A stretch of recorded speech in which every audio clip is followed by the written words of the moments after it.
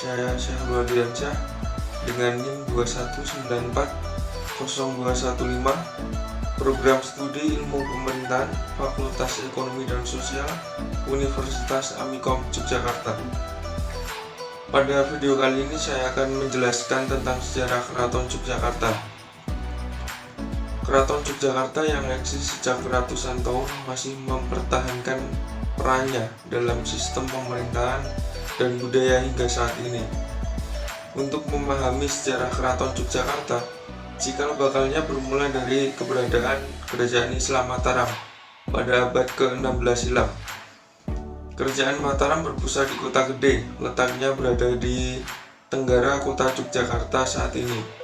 Kemudian pindah ke Kertah, Pleret, Kertasura, dan Surakarta. Hingga berjalannya waktu, kewibawaan dan kedaulatan Mataram terganggu oleh intervensi kolonial Belanda. Kondisi ini mengakibatkan munculnya gerakan anti penjajah di bawah pimpinan Pangeran Mangkubumi. Gerakan ini mengorbankan perlawanan tak hanya pada penjajah, melainkan juga kepada para tokoh lokal yang terpengaruh oleh Belanda, diantaranya Patih Pringgalaya. Sejarah Keraton Yogyakarta yaitu adalah Perjanjian Giati Gejolak. Itu berbuntut pada Perjanjian Giati atau Palihan Nagari. Perjanjian Giati yang ditandatangani pada tanggal 13 Februari tahun 1755, tepatnya pada hari Kamis Kliwon 12 Rabiul Akhir tahun 1680, menyatakan Kerajaan Mataram dibagi menjadi dua, yaitu Kasultanan Surakarta Hadiningrat dan juga Kasultanan Ngayogyakarta Hadiningrat. Surakarta dipimpin oleh Susuhunan Pakubuwono III, sementara Ngayogyakarta atau lazim disebut Yogyakarta dipimpin oleh Pangeran Mangkubumi yang kemudian bergelar Sri Sultan Hamengkubuwono I.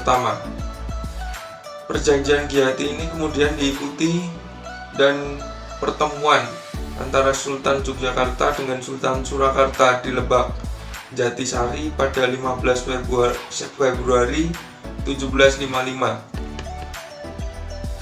Sejarah Keraton Yogyakarta yaitu Perjanjian Jatisari. Pertemuan ini membahas peletakan dasar kebudayaan pada masing-masing kerajaan. Kesepakatan ini juga dikenal dengan nama Perjanjian Jatisari, membahas tentang perbedaan identitas dua wilayah dan kerajaan.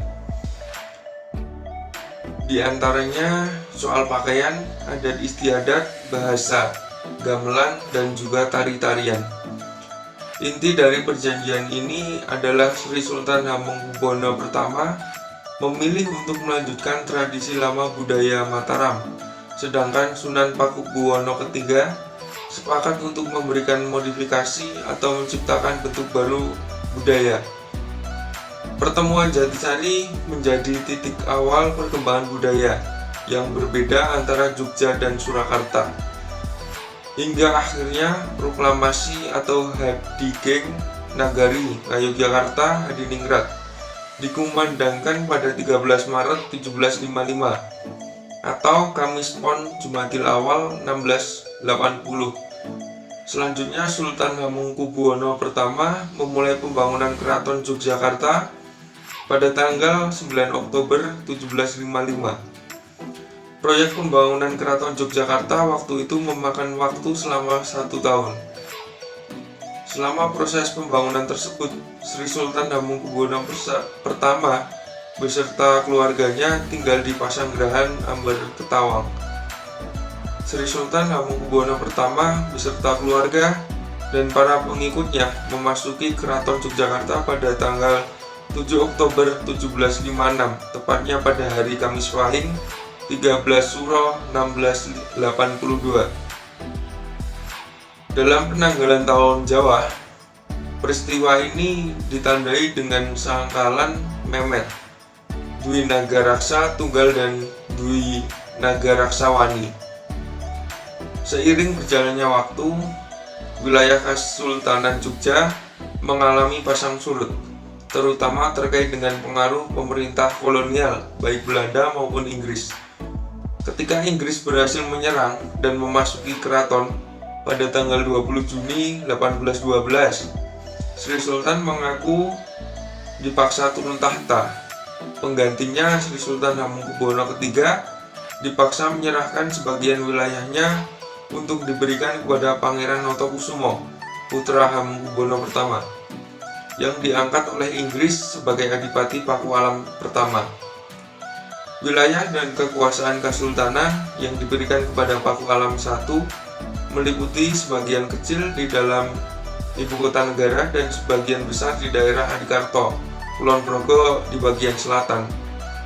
Daerah ini bersifat otonom dan dapat diwariskan kepada keturunan Pangeran Notokusumo. Oleh karena itu, sejak 17 Maret 1813, Adipati Pakualam I mendeklarasikan berdirinya Kadipaten Pakualaman. Perubahan besar berikutnya terjadi setelah diproklamasikannya Republik Indonesia pada tanggal 17 Agustus tahun 45. Raja Yogyakarta Sri Sultan Hamengkubuwono IX segera mengucapkan selamat atas berdirinya republik baru tersebut kepada para proklamator kemerdekaan. Dukungan terhadap republik semakin penuh manakala Sri Sultan Hamengkubuwono IX dan Sri Paduka Pakualam ke-8 mengeluarkan amanat pada tanggal 5 September 1945 yang menyatakan wilayahnya yang bersifat kerajaan adalah bagian dari negara Republik Indonesia. Menerima amanat tersebut, maka Presiden pertama Republik Indonesia, yaitu Insinyur Soekarno, menetapkan Sultan Hamengkubuwono dan Adipati Pakualam merupakan Bui Tunggal yang memegang kekuasaan atas daerah istimewa Yogyakarta. Status keistimewaan tersebut semakin kuat setelah disahkannya Undang-Undang Nomor 13 Tahun 2012 tentang Keistimewaan Yogyakarta. Dengan demikian, diharapkan agar segala bentuk warisan budaya di Kasultanan Yogyakarta dan Kadipaten Pakualaman untuk terus dijaga dan dipertahankan kelestariannya. Sekian presentasi yang dapat saya sampaikan, ada kurang lebihnya saya mohon maaf. Akhir kata dari saya, billahi taufiq wal hidayah. Wassalamualaikum warahmatullahi wabarakatuh.